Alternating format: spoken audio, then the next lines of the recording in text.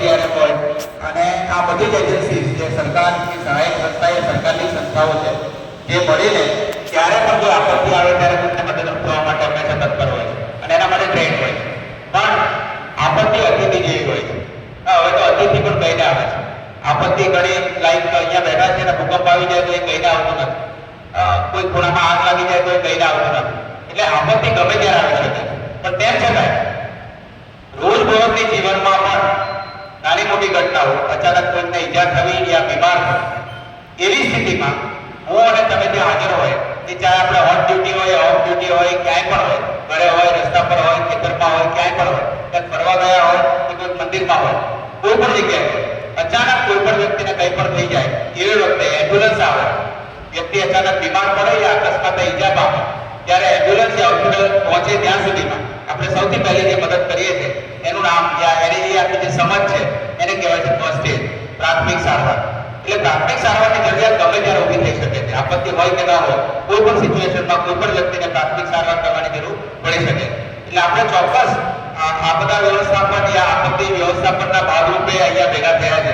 પણ આપત્તિ નથી પણ હોતી મતલબ કોઈ મોટું ડિઝાસ્ટર ના હોય એવા સમયે પણ આજે જે વિષય તમે અત્યારે શીખવા સમજવા જઈ રહ્યા એ ચોક્કસ કામમાં આવી શકે. અને એટલે જ આ વિષય કોને શીખવો જોઈએ તેનો જવાબ છે દરેક વ્યક્તિએ. દરેક વ્યક્તિ જે પોતાની જાતને માણસ સમજતો હોય આ દેશનો જવાબદાર નાગરિક સમજતો હોય અને દરેકે આ વિષય શીખવો સમજવો જોઈએ. કારણ કે સામાન્ય રીતે આજની તારીખે માનો કે અત્યારે રેનફોલ થઈ રહ્યું છે, પાણી પડી રહ્યું છે, વરસાદ થઈ રહ્યો છે, તો વરસાદમાં વધારે પાણી આવવાના કારણે યા પૂરની સ્થિતિને કારણે જેટલા લોકોના મરણ થાય છે એનાથી વધારે માર્ગ અકસ્માતમાં થાય છે. દર 1 કલાકે નિયરમાં 17 લોકોના ડેથ થાય છે માર્ગ અકસ્માતમાં. એટલે આપણો કાર્યક્રમ 2 કલાક ચાલે એટલી વારમાં 35 લોકોના 34-35 લોકોના મૃત્યુ થઈ ચૂક્યા છે ભારત દેશમાં માર્ગ અકસ્માતના કારણે. અને એટલા લોકો આખા વર્ષના અંતે પાણીમાં ડૂબવાના કારણે યા સુનામી આવવાના કારણે યા વાવાઝોડાના કારણે મરણ પામતા નથી. અને હવે આપણી પ્રિપેરનેસ પણ બહુ સારી હોય છે. એટલે વાવાઝોડા જેવી સ્થિતિમાં તો આપણે બહુ જ અગાઉથી ઇવેક્યુએશન એ બધું કરીએ અને માસમાં લોકોને ઇવેક્યુએટ કરવામાં આવે. એટલે સેફ સિનારીઓ વધતા જાય છે. That is good sign. But રૂટીનમાં રોજબરોજની જિંદગીમાં પણ આપણને ક્યારે પણ કોઈ પણ વ્યક્તિને ફર્સ્ટ એડ કરવાનું થાય તો કેવી રીતે કરવું જોઈએ એ વાત હું તમને આગળ લઈ જઈ રહ્યો છું. તો જ્યારે ક્યારે કોઈ વ્યક્તિ અચાનક બીમાર પડે યા અકસ્માતે ઈજા પામે ત્યારે આપણે ફર્સ્ટ એડ કરવું જોઈએ. શું કામ ફર્સ્ટ એડ કરવું જોઈએ? ફર્સ્ટ એડ કરવાના ફાયદા શું છે? બહુ સીધી વાત કરી સાહેબે કીધું એમ કે કોઈનું આપણે જીવન બચાવી શકીએ.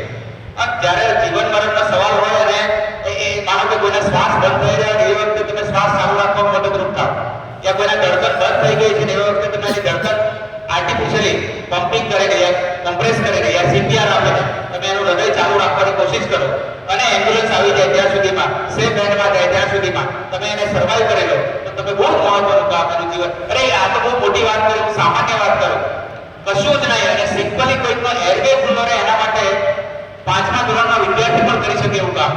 સામાન્ય રીતે જેનો એરવે બંધ થઈ જવાની સ્થિતિ હોય અને તમે ખોલવામાં મદદરૂપ થાવ તો તમે એનું જીવન બચાવી રહ્યા છો. કુલ મળીને વાત એમ છે કે જીવન બચાવવા માટે આપણે ફર્સ્ટ એડ કરીએ છીએ. ફર્સ્ટ એડ એટલા માટે કરીએ છીએ કે કોઈ વ્યક્તિની સ્વાસ્થ્યની સ્થિતિ જે ખરાબ થઈ છે, દાખલા તરીકે કોઈના હાથમાં વાગ્યું છે, બ્લીડિંગ થઈ રહ્યું છે અને તમે એને મદદ કરો છો તો એ વધારે ખરાબ થતો અટકાવી શકીએ. ફર્સ્ટ એડનો બીજો ફાયદો છે. ફર્સ્ટ એડ કરવાથી ત્રીજો ફાયદો એ થાય છે કે વ્યક્તિ જલ્દી સાજો થઈ શકે. તમે યોગ્ય ફર્સ્ટ એડ કરવું હોય તો હું તમને એક સિમ્પલ દાખલો આપું. તમે ઘરમાં માનો કે શાકભાજી કાપી રહ્યા છો, એક ચપ્પુની મદદથી શાકભાજી કાપી રહ્યા છે, સમારી રહ્યા છે, કાપો છો? હા કે ના? ખાલી સાંભળવા માંગો છો કે વાત કરવા માંગો છો? હેલો, વાત કરીએ ને? મારો કઈ 5-10-15 મિનિટ મારો સ્પીચ નથી કે હું એક તરફથી બોલીશ ને તમે સાંભળી લેશો. સળંગ 1.5 કલાક બોલતો જઈશ તમે સાંભળતા રહેશો, ખબર પડશે અડધો કલાક પછી અડધો સૂતો જશો ને. તો વાત કરીએ ને? તો મારો સીધો સાધો સવાલ છે, ઘરમાં માનો કે શાકભાજી કાપી રહ્યા, કાપો છો કે નથી કાપતા? કાપજો. જમાનો બદલાઈ રહ્યો છે, ભૂખ્યા રહેવાનો વારો આવશે. અને નવી જનરેશનને ચોક્કસ શીખવાડજો કે જે તારી મમ્મીને આવડે છે ને બધા કામ કરાવડો છે. એટલે બંને જણને કમાવું છે બે કામ આવડો છે ઘરના. જશો ને? અને સામાન્ય કફ તમને લાગી જાય તમે શું કરો છો? ક્લીન કરો, એના ઉપર કવર કરો છો અને પછી પટ્ટી કરો યા બેન્ડેજ કરો. જશો ને? આ કરવાથી 2 દિવસમાં તમે જોશો કે એમાં રોજ આવી ગયા, એમાં હીલ થઈ ગયું અને સારું થઈ ગયું.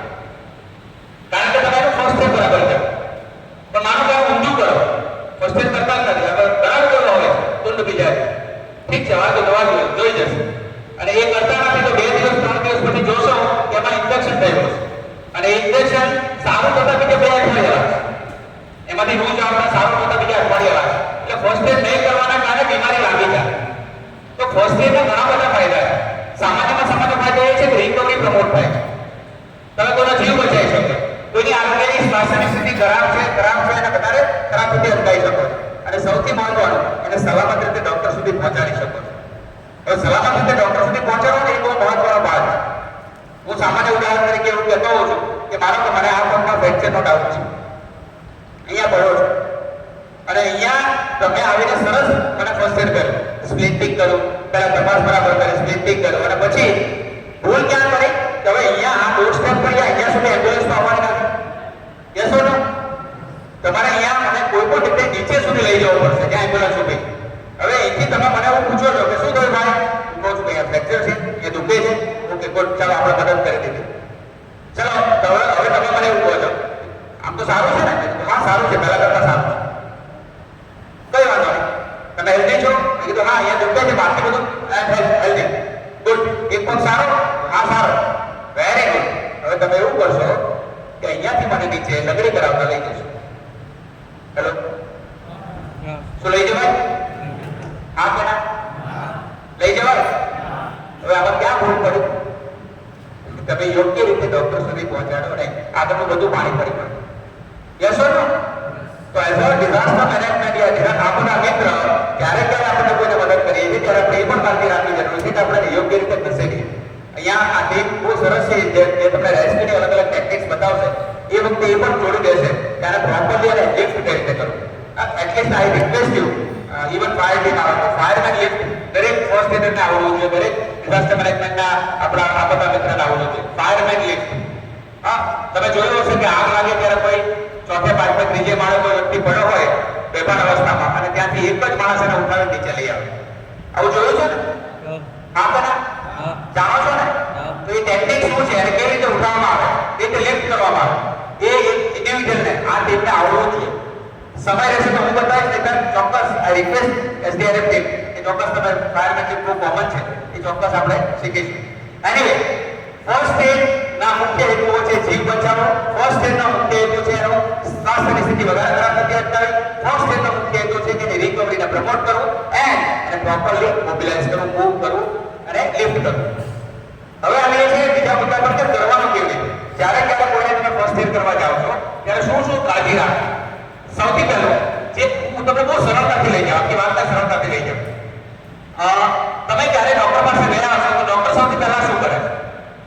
તમે દર્દીને લઈને અથવા પોતે દર્દી તરીકે ડોક્ટર પાસે જાઓ તો ડોક્ટર સૌથી પહેલા શું કરે? પહેલા ઇન્જેક્શન આપે, પછી પૂછે છે શું થયું? ના, તો શું કરે છે? તપાસ કરે. હા કે ના? હેલો, હા, તપાસ કરે. તપાસના આધારે ડોક્ટર શું કરશે? એની મદદ શરૂ કરશે, ટ્રીટમેન્ટ સ્ટાર્ટ કરશે અને પછી એને જરૂર પડશે એ પ્રમાણે દવાઓ આપશે, જરૂર પડશે તો ઇન્જેક્શન આપશે, જરૂર પડશે તો ઓપરેશન કરશે, જરૂર પડશે તો પરિવાર પાસે બોલાવશે. આ કાર્ય પદ્ધતિ જે છે એ ડોક્ટરની છે. બાકી ના તો ફર્સ્ટ એડની પણ કાર્ય પદ્ધતિ લગભગ આને આજુબાજુની છે અથવા આ પેટર્ન સિમિલર છે. જેમ કે જ્યારે તમે કોઈને મદદ કરવા જાઓ ત્યારે સૌથી પહેલા તપાસ કરો. તપાસના આધારે તમને જે સમજ પડે એ પ્રમાણે એના જે મુખ્ય સિદ્ધાંતો છે એના આધારે આપણે મદદ શરૂ કરીએ. અને એ મદદનો છેલ્લો છે જેમ કે ડોક્ટર ઇન્જેક્શન આપે છે, દવા આપે છે, ઓપરેશન કરે છે, આ ત્રણ કામ આપણે નથી કરવાનું. હેલો, આ ડોક્ટરના કામ. એટલે ફર્સ્ટ એડરે ક્યારે કોઈ દિવસ કોઈને લખીને દવા આપવાની નથી. ચલો આ 2-3 દિવસની દવા સારું થઈ જશે, આપણું કામ નથી. અહીંયાથી ભલે ટ્રેનિંગ લઈ ગયા. બીજું, આપણે ઇન્જેક્શન આપવાનું નથી ને ઓપરેશન માટે વિચારવાનું પણ નથી. તો શું કરવાનું છે? જે બગાડ વાત થઈ એને જરૂરિયાત મુજબ ડોક્ટર સુધી પહોંચાડવું. હવે વાત કરીએ કે તપાસમાં શું કરવું. 3 મુદ્દાની વાત થઈ: તપાસ, મદદ અને મદદનો છેલ્લો ભાગ એને મોબિલાઇઝ કરવું. તપાસ કેવી રીતે કરવી? બહુ સરળ છે. જે તે ઘટના સ્થળે આપણે અંદર જઈએ એટલે સૌથી પહેલા જોવું કે મારા માટે કે જોખમ નથી.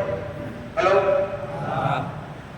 નહીં તો શું થશે? એને મદદ કરવાના ચક્કરમાં તમે ફસાઈ જશો અને એમાંથી નીકળવાની અથવા તો એવી સ્થિતિમાં કામ કરવાની તમારી પાસે તાલીમ નથી, તમારી આવડત નથી અને ઓથોરિટી નથી, તો એ રિસ્ક લેવું નહીં. આપણે એના માટે રાહ જોઈએ કે તેની પાસે એક્સપર્ટીઝ છે. એ એજન્સીની રાહ જોઈએ. જેમ કે આગ લાગી છે, આગની અંદર કોઈ ફસાયો છે, એને તમે બચાવવા માંગો છો, તમે એમાં સીધા કૂદી ન પડો જો તમારી પાસે એની આવડત નથી. જો આવડત છે અને સાધનો છે તો ચોક્કસ કામ કરી શકાય, પણ નથી તો આપણાથી મોટું મૂર્ખ કોઈ નથી. જસ્ટ બીકોઝ ઓલરેડી એક વ્યક્તિ યા એકથી વધારે લોકો ત્યાં ખરાબ હાલતમાં છે, રિસ્કમાં છે અને એમાં તમે વધારો, ઓવરઓલ સીન ખરાબ કરી રહ્યા. તો સીન મસ્ટ બી સેફ. જ્યારે ક્યારે કોઈ પણ ઘટના સ્થળે પહોંચીએ એટલે આપણી સેફટી જોઈએ, એ વ્યક્તિની સેફટી જોઈએ અને સાથે રહેલા બીજા લોકોની પણ સેફટી જોઈએ. Scene must be safe. તો તમે એના ફર્સ્ટ એડ કરી શકો. અધરવાઇઝ પહેલું કામ છે સીનને સેફ કરવાનું. અને એના માટે અલગથી ફરીથી આ બધા સાધનોની મદદથી આપણે સેફટી સુધી લઈ જઈ શકીએ. ત્યાં શું જોવું? તો ત્યાં ઘટના સ્થળે પહેલા તો ઘટના શું છે એને બરાબર સમજીએ. ત્યાં જે ચીજ વસ્તુઓ વિખરાયેલી પડી છે, તેનું વાતાવરણ છે એને સમજીએ, તેનો આખો એટમોસ્ફિયરને સમજીએ. એ વ્યક્તિ ભાગતા હોય ત્યારે સીધા સવાલો પૂછીએ કે ભાઈ તમને શું થાય છે, શું મદદની જરૂર છે, શું મદદની જરૂર છે કરી. ઘણી વખત એવું થાય એને જરૂર ના હોય તમે લાગી પડે. એવું ન થાય. એટલે હંમેશા. અને બીજું, ઓન ડ્યુટી તમે છો, તમે ટીમ સાથે છો તો કોઈ ચિંતાનો વિષય નથી. પણ અહીંથી તમે ઘરે જઈ રહ્યા છો, રસ્તામાં કોઈને તકલીફ છે તો એને મદદ કરતા પહેલા એની મૌખિક પરવાનગી જરૂરી છે. કારણ કે તમે ફિઝિકલ ટચ કરવાના છો, કોઈ પણ વ્યક્તિને શારીરિક રીતે સંપર્ક કરવાના છો. તો જે તે વ્યક્તિને તમે સિમ્પલ એવું પૂછી શકો કે જણાવી શકો મારું નામ નિલેશ છે, મને ફર્સ્ટ એડ આવડે છે, હું તમને મદદ કરવા માંગુ છું, શું મદદ કરી શકું? આ કાર્ડિનલ રૂલ છે. અજાણ્યા વ્યક્તિને માનવી પછી કોઈ પણ જેન્ડર હોય, મહિલા હોય પુરુષ હોય, એને સંપર્કમાં એને ટચ કરતા પહેલા એને મદદ શરૂ કરતા પહેલા એની મૌખિક પરવાનગી લઈ લેવી. આ તમારી સેફટી માટે છે. નહીતર અહીંથી શીખ્યા પછી આપણે આમાંથી બધા લોકો કે ગવર્મેન્ટ એમ્પ્લોય તો છે ને, રાઉન્ડ ક્લોક એમની આ ડ્યુટી છે, જેમ કે સાહેબની હોય 24 કલાક એ ડ્યુટી પર ગણાય. ગમે ત્યારે પણ ફોન આવે એ રિસ્પોન્ડ કરવા તૈયાર હોય. તો એ રીતની આપણી ડ્યુટી નથી, આપણે પણ વોલેન્ટિયરલી કામ કરીએ છીએ. યસ ઓર નો? હા કે ના? હા. તો અહીંથી જ્યારે આપણે રોડ પર કોઈને મદદ કરતા હોય ને, કોઈ મહિલાને સંપર્ક કરવાનો હોય ને, એની પરમિશન વગર તમે કામ કરી રહ્યા છો અને ચિલ્લા ચિલ્લી કરીને પબ્લિક તમને માંગશે તો મને ફોન ના કરતા.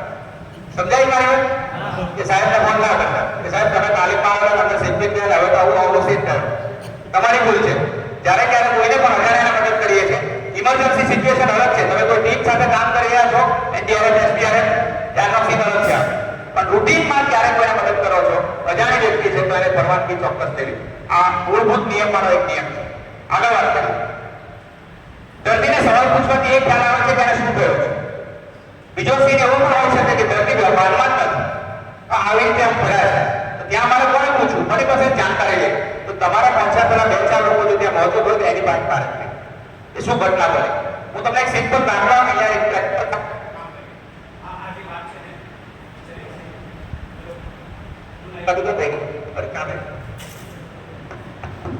હેલો. હા, 4 લોકો આગળ આવશો, 4-5 લોકો ફટાફટ. હેલો, મારે આવું પડશે કે તમે આવી જશો? ઓરેન્જ ટી શર્ટ સિવાય છે, એસડીઆરએફ સિવાય. એસડીઆરએફ ને બધું ખબર જ છે, એસડીઆરએફ ને છોડી દો. અહીંથી આવો, તમે આવો, પ્લીઝ આવો. ભાઈ તમે પણ આવો, મને જો ઉપર પ્લીઝ કમ, જલ્દી જલ્દી પ્લીઝ કમ. આપને કહી રહ્યો છું, બાજુવાળા ના બોલો, તમે જાઓ. હા પ્લીઝ તમે, હું આવું ક્યાં કે તમે આવી જશો? Please come, please come. Good good good. 1 2 3 4 5. હજુ તમે બેને આવું જ પડશે, એના ઉપર પડશે બરાબર.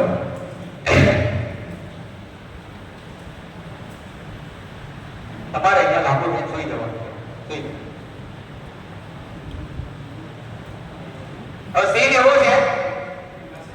હા હા, આવી જાય સ્ટેજ પર આવી જાય. આ ચેર થોડી પાછળ લઈ ગઈ, આના પાછળ લઈ અહીંયા એક બારી છે અને બારીમાં આરપાર જોઈ શકાય એવું છે, તેમ પેલી છે. અને આપણે બધા અહીંયા બેઠા છીએ અને આપણને એવું સમજાય કે ઉપરથી કોઈ માણસ આ નીચે ગયો, આ બારીમાંથી આમ જતો જોયો. આવું થાય તમે શું કરો? અહીંયા બેઠા રહો કે ત્યાં જાઓ? હેલો, અત્યારે માનો કે એકચ્યુઅલી એવો સીન બન્યો હોય કે આ બારીની અંદરથી આપણને એવું દેખાય છે કે ઉપરથી કોઈ માણસ આમ નીચે ગળામાં એને ગયો પડી ગયો. તો તમે અહીંયા બેસી રહેશો કે ત્યાં જશો? જશો ને? તો બસ આ ભાઈ જ છે. અને આપણે બધા પહોંચી ગયા, એમાંના 5-7 લોકો અહીંયા છે. હવે ઘટના એટલી જ છે કે જ્યાં પડ્યા છે ત્યાં ટીચર છે, ત્યાં થોડા કાકાઓ છે, એટલે સેફ નથી. જશો ને? તો આ જીતેન્દ્રભાઈને ત્યાં ત્યાં રહેવા દેશો કે ઉઠાવી લેશો? ઉઠાવી લેશો અને થોડીક સેફ જગ્યા પર લઈ જશો. ઉઠાવી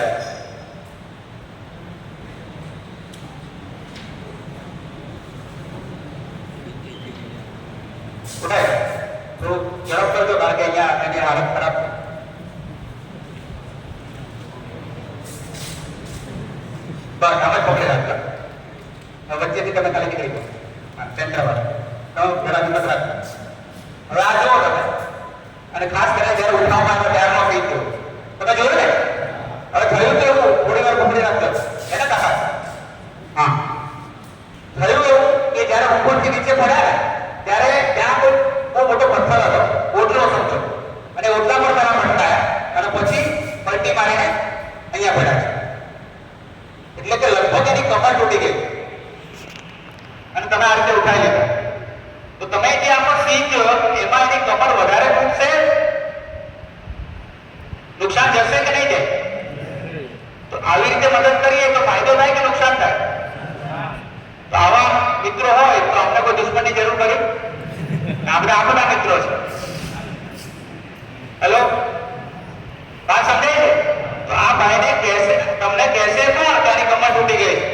એ પોતે તો બીમાર બેહોશ છે. તો પહેલા નીચે રાખી, હા રાખી દો નીચે ધીમેથી. ઉઠાવી આપણે ફરીથી સાચી સારી રીતે તમે સુધારો. તમે થોડા સાઈડમાં ઉપર એટલે એને થોડી હવા આવે. બે વાત છે. પહેલી વાત કે ત્યાં ગયાની સાથે તમારી બાજુ ચારે બાજુ નજર કરી લેવી જોઈએ કે ત્યાં કોઈ મોજૂદ છે ખરું. બની શકે ત્યાં ગાર્ડનમાં કોઈ ઘાસ કાપતું હોય, બની શકે કોઈ સફાઈ વર્કર સફાઈ કરતા હોય. તો તમે ખાલી એટલું જ પૂછો એને, ભાઈ શું થયું, ત્યાં શું જોયું?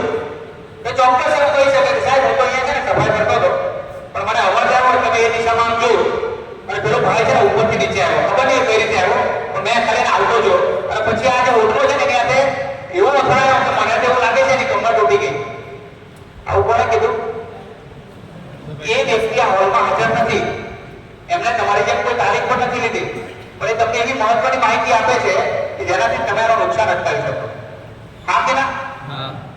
અને તમને એવું કોઈ કહી દે કે આની કમર તૂટી ગઈ છે તમારે રીતે ઉભરાવો. હેલો, ચોરે કિચડમાં પડ્યો, કમર તૂટવા કિચડને લીધે નુકસાન છે, એ નુકસાન કમર તૂટવા જેટલું તો નથી જ. કદાચ જ્યારે શ્વાસ લેવામાં તકલીફ થશે તો એનો રસ્તો કરીશું, પણ એને યોગ્ય રીતે ઉઠાવવાનો રસ્તો હશે એ બેસતી રહે થાય.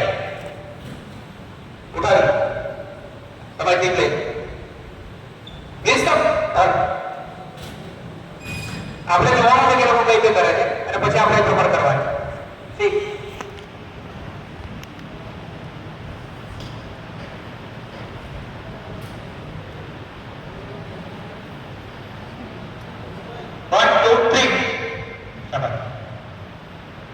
ઓકે ખાલી આ બાકી તમે ઓછા છો બાકી તો સમજાય છે.